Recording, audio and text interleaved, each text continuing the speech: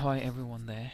Today I would like to talk four different types of approaches to learning a language.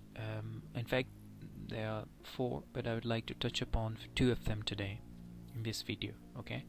The first approach towards learning a language is a structural approach. What is a structural approach? This approach believes that language can be reduced to a learnable set of building blocks.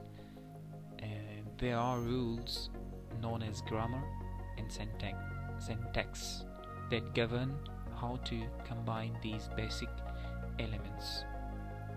These rules can be memorized to achieve a higher level of proficiency in language.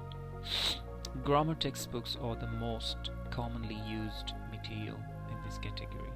I think it's quite clear that we need a grammar, so that's called the structural approach. The second approach towards learning a language is a cognitive approach. The cognitive perspective in learning puts the learner smack in the center of everything. Cognitive approach look to answer questions like how can a language be effectively learned? How does one make a set of vocabulary words memorable and get them embedded in the long-term memory, So that's about the cognitive practices. What he does is to remember the vocabulary and associate that, for example, to an event, so perhaps maybe he using different practices to the learning. And that approach is the second approach towards learning. Then we have also psychological approach, and then we have communicative approaches that we'll be learning in the next video.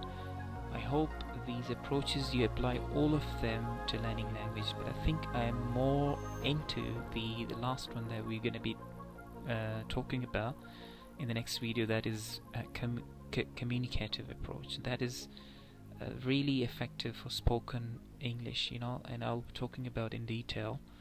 But the first one I think is also equally important, because obviously the structural approach lay emphasis on the grammatical part of English language, which is very important for writing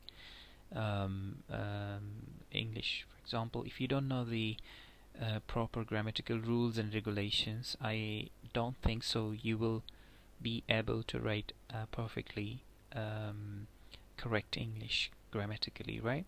So it doesn't mean that we have to kind of ignore the structural approach, but as far as the spoken English is concerned, so I always prefer the last approach that we're going to be talking about, that is communicative approach.